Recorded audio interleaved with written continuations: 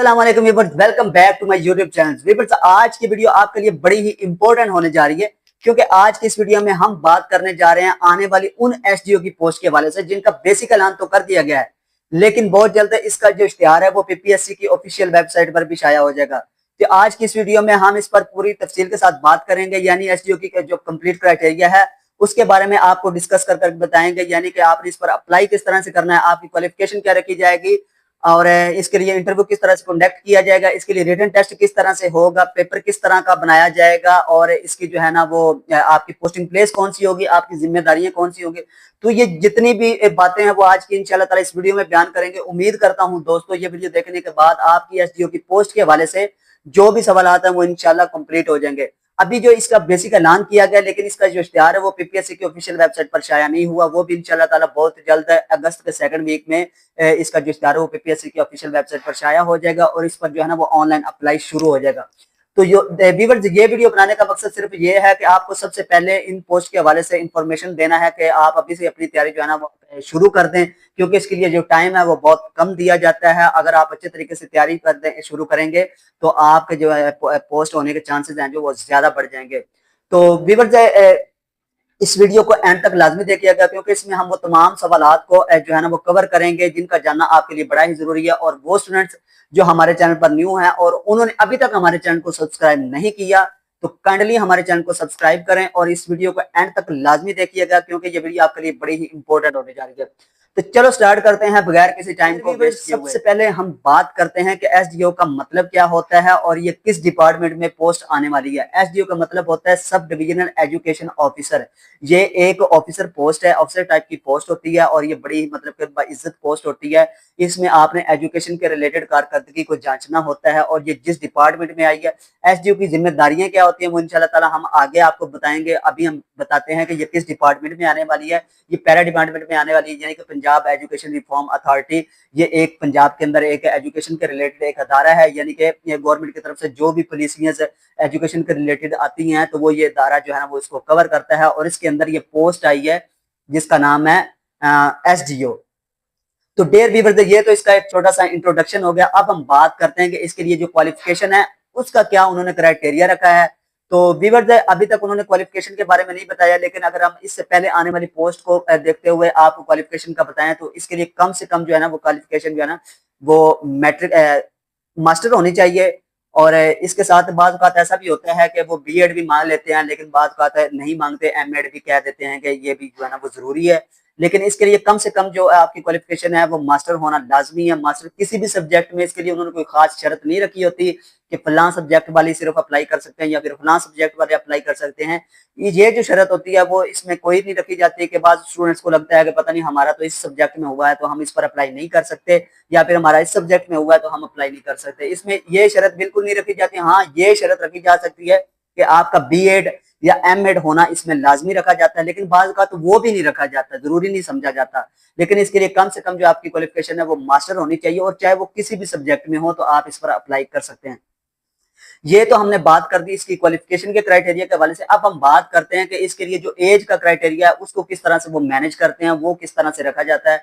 Dare viewers, खवातीन के लिए और मर्द हजरात के लिए दोनों के लिए जो एज का सिस्टम होता है वो अलग से होता है। यानी कि अगर हम मर्द हजरात की बात करें तो मर्द हजरात के लिए जो एज का सिस्टम रखा जाता है उसका जो क्राइटेरिया होता है वो 21 से लेकर 30 साल तक होता है।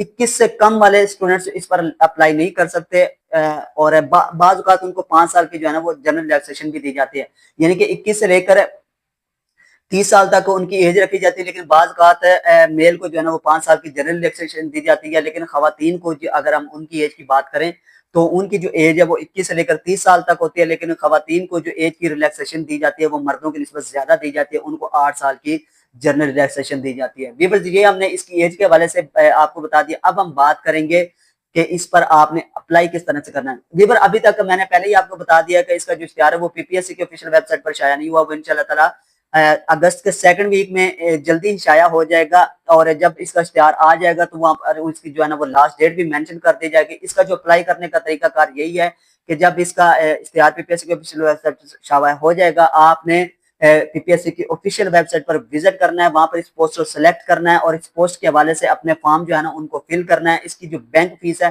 वो गालबन 5 से लेकर 600 तक रखी जाती है, यानी कि 500 से लेकर 600 तक इसकी गवर्नमेंट फीस हो सकती है, जो कि आपने पंजाब बैंक के अंदर ऑनलाइन ही पे करनी होती है।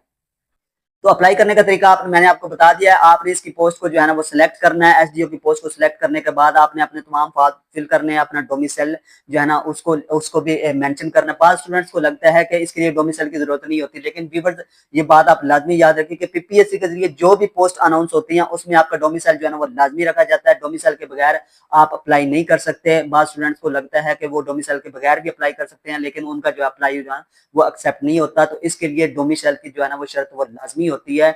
बगैर डोमिसाइल वाले स्टूडेंट्स पर अप्लाई नहीं कर सकते। वो स्टूडेंट जिनका अभी तक डोमिसाइल नहीं बना तो वो अभी ही सही अपना जो है ना वो डोमिसाइल लाजमी बनवा रहे हैं। ये तो हमने बात कर दी कि आपने इस पर ऑनलाइन अप्लाई किस तरह से करना है, इसकी एज क्या होगी और इसके लिए क्वालिफिकेशन क्या रखी जाएगी।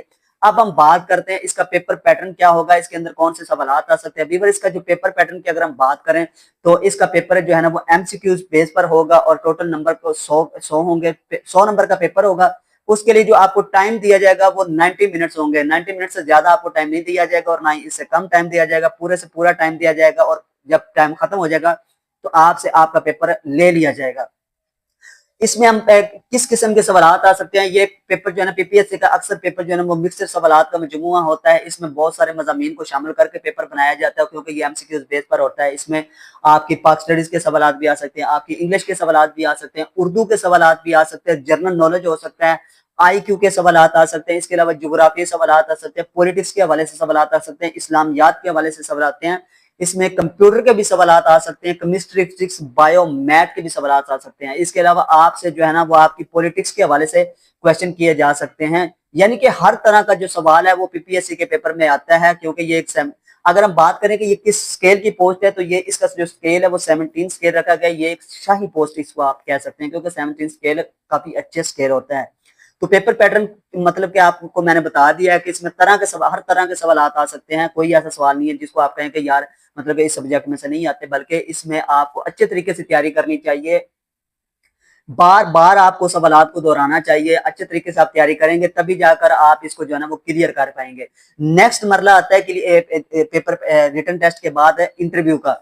वो स्टूडेंट्स इन्होंने मतलब के जो पास होने के वो है ना वो कुछ शर्त रखी होंगे, कुछ नंबर रखे होंगे। अगर इतने से कम स्टूडेंट से नंबर हासिल किए हैं तो वो इसके लिए जो है ना वो इंटरव्यू के लिए सिलेक्ट नहीं होंगे। लेकिन बाज़ का 60 नंबर होते हैं, 70 नंबर हो सकते हैं, या फिर 80 नंबर का भी जो है ना वो इन्होंने हाई स्टैंडर्ड रखा होता है कि इससे कम जो है ना वो इंटरव्यू के लिए एलिजिबल नहीं होंगे। तो इस पेपर रिटन टेस्ट को पास करने के बाद आपको जो नेक्स्ट स्टेज दी जाएगी वो आपका इंटरव्यू होगा। इंटरव्यू के लिए आपको कॉल की जाएगी।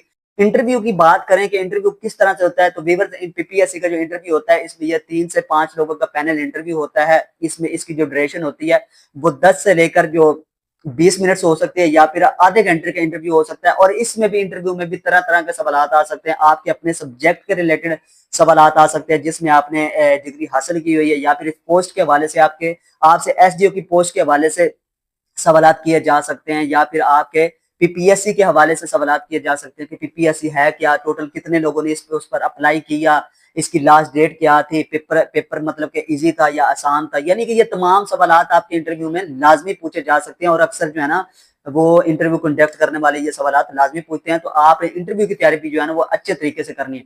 अब हम बात करते हैं कि एसडीओ की जिम्मेदारियां क्या होती हैं। एसडीओ एक ऑफिसर पोस्ट होती है जिसकी जिम्मेदारी ये होती है, जिसकी पोस्टिंग प्लेस है उसके सब डिवीजन में हो सकती है, या फिर डिस्ट्रिक्ट में हो सकती है, या फिर उन इलाकों में हो सकती है जिनमें स्कूलों की जो कारकर्दगी है ना वो नाकस होती है। एसडीओ का काम ये होता है कि ये गवर्नमेंट की बनाई की पॉलिसियों को लागू करवाता है, असातिज़ा की निगरानी करता है, स्कूलों का विजिट करता है, जो उनकी कारकर्दगी होती है उसके लिए एक रिपोर्ट तैयार करता है और फिर वो पीछे अपने डिपार्टमेंट पैरा डिपार्टमेंट के अंदर भेजता है, यानी कि para Punjab education reform authority को भेजता है।